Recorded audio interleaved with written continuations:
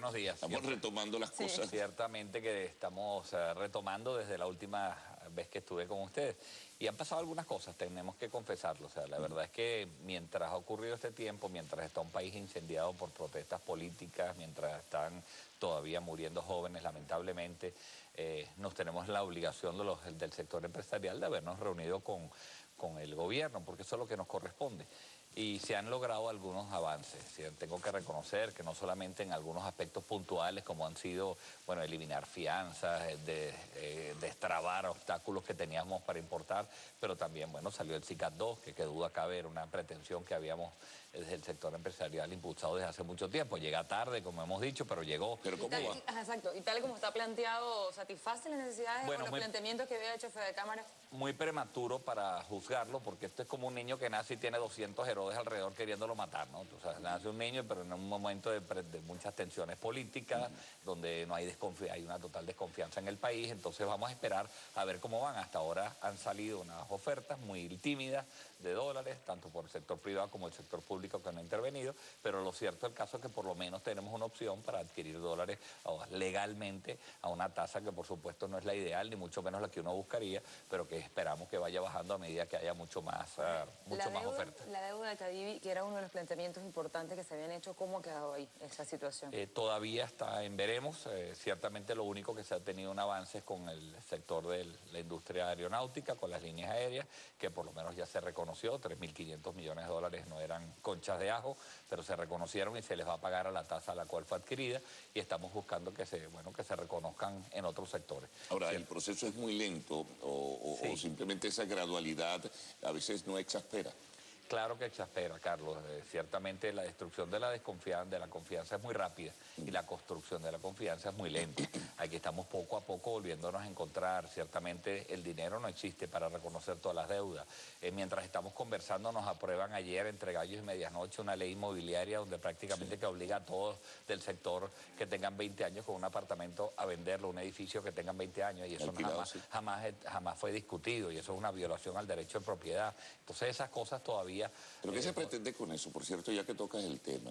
¿Ganar indulgencias donde? ¿En la clase media? Sí, hay 30.000 inquilinos que pudieran tener, que a lo mejor tienen dinero para comprar, pero en todo caso ha debido ser discutida. Ya está el presidente de la Cámara Inmobiliaria, no fue discutida. Si estamos en una mesa sentados, ¿por qué no lo hablamos? Si eso es una medida. Todas las medidas económicas, como dice el informe de la OIT, que hoy vamos a presentar a mediodía en una rueda de prensa, dice que todas las medidas de carácter económico que se vayan a sacar por el gobierno nacional tienen que ser consultadas con el empresariado y con los trabajadores, porque eso es lo normal en una sociedad. De eso quería conversar porque la semana pasada lo vimos en Roma, tuvo un encuentro corto con el Papa Francisco. Ya la Iglesia ha manifestado su voluntad de participar como mediador en todo este conflicto. Quisiera, en principio, conocer qué fue lo que planteó Jorge Roy como presidente de Fede Cámaras en esta reunión, qué quedó allí y si hay alguna información por parte de la Iglesia o está en conocimiento de este informe, que por cierto van a discutir el día de hoy en rueda de prensa. Sí, tuve con el Papa la enorme fortuna de estar unos breves minutos, porque era una audiencia, pero por supuesto que lo que le puedes pedir al Papa en estos momentos es que rece muchísimo por nosotros,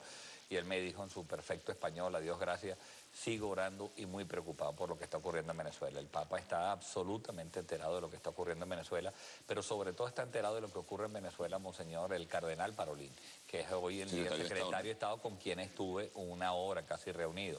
A él le pudimos entregar a través del presidente de la OIE el informe que salió de la OIT y está perfectamente enterado de las circunstancias de Venezuela. Por eso es que ha venido ahora viendo este movimiento donde el Vaticano pudiera ser un mediador que ciertamente parece Venezuela estar necesitando. Faltaría la respuesta, ya que se aborda ese asunto que es bien delicado. Si el Vaticano puede ser mediador, faltaría la respuesta oficial. Claro, si el gobierno no acepta el mediador, no hay nada que hacer. Pero fíjense que están ocurriendo muchas cosas. Vino UNASUR y, contrariamente a lo que la gente pensaba, que son países amigos, dijo: ustedes tienen que sentarse a una mesa a dialogar y dialoguen con sus empresarios. El canciller de Ecuador fue claro, el canciller de Colombia fue claro, dialoguen con sus empresarios, pero no puede haber un diálogo solamente con los empresarios.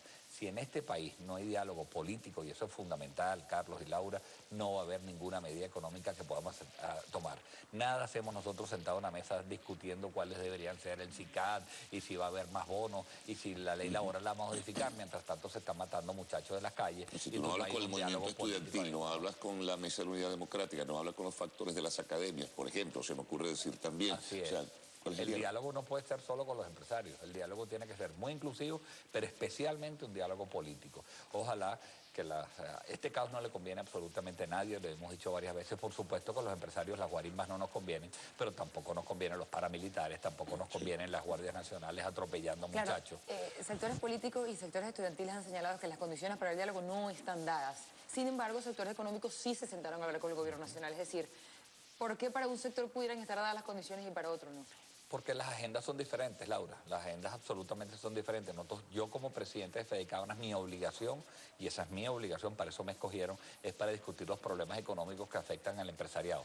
Que, Sí, no te que puedes estoy negar. absolutamente consciente de lo que está ocurriendo afuera. Totalmente consciente como humano, como mis hijos están marchando, o tengo familiares que han sido atropellados. Ayer mataron a un muchacho en Maracaibo, que es primo hermano del presidente de la Cámara de Comercio de Maracaibo. Por supuesto que estamos preocupados todos, pero eso no nos quita que nosotros nos tengamos que sentar a una mesa a discutir los problemas económicos del país para ir resolviendo las agendas. Pero la agenda del sector político, la agenda del sector estudiante, la agenda del sector empresarial no son las mismas. Ahora, lo hablábamos la otra vez, quiero simplemente refrescar y recordarlo. Si esto es episódico y coyuntural nada más, voy a utilizar al sector empresarial mientras tanto las aguas regresan a su nivel. Mire, es un riesgo que podemos correr y es un riesgo que sabemos que, bueno, como te digo, Eso sería ir para atrás, ¿no? Como Eso dicen. sería ir para atrás. Nosotros tenemos todas las expectativas. Las veces que nos digan que nos tenemos que sentar a una mesa, esas veces nos vamos a sentar. No es la primera vez que nos llaman a un diálogo, han llamado a nuestros sectores. Hoy están llamando a Fede Cámara. Qué buen esfuerzo está haciendo el gobierno en ese sentido. No es fácil para ellos. Tienen sus radicales de adentro que les dicen que es un error sentarse con Fede Cámara y lo están haciendo. O sea, aprovechemos esta oportunidad para sentarnos y las veces que nos llamen nosotros vamos a estar allí. Claro, ese informe de la OIT, caso Venezuela, ¿qué establece? ¿Qué comprende? ¿Hay una exhortación? ¿Hay llamamientos? ¿Qué se plantea dentro de ese informe? Es mucho más que eso, Laura, porque la verdad es que una exhortación sería como muy sencillo. Sí. Venezuela es cofirmante de unos convenios dentro de la OIT, que es una organización de empleadores y de trabajadores.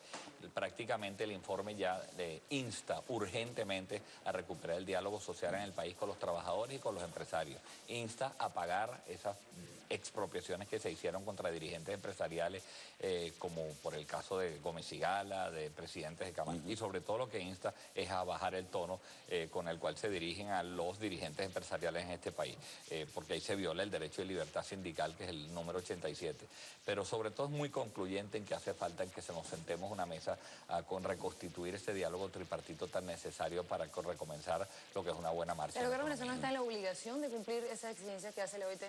No es vinculante, pero sí lo es. O sea, ciertamente Pero debería, tú firmaste esos convenios. Esto no es una organización de derecha. No me vas a decir que el imperio es el que está metiendo mano aquí. Es una organización de trabajadores y empleadores mundiales. Ahí están los gobiernos, queda en Ginebra, de carácter más bien de izquierdoso.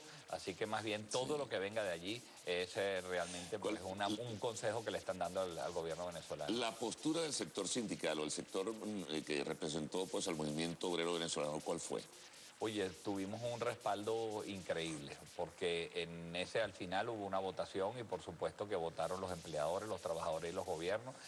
Venezuela tiene su grupo de amigos de gobierno que no está de acuerdo con el informe, pero al final resultó una elección entre trabajadores y empleadores, y le tengo que reconocer al sector trabajadores venezolanos, al sector trabajadores que está en Ginebra, que nos apoyó muchísimo. Gracias a ellos salió ese informe aprobado. Bueno, le agradecemos muchísimo. Hay rueda de prensa el día de hoy precisamente para dar detalles sobre ese tema. Hoy a las 10:30 de la mañana estaremos convocados y Televen estará como siempre allí. Seguramente Adriana estará ahí. Muchas gracias por estar con nosotros. Tenemos que hacer una pausa como siempre. Es la hora de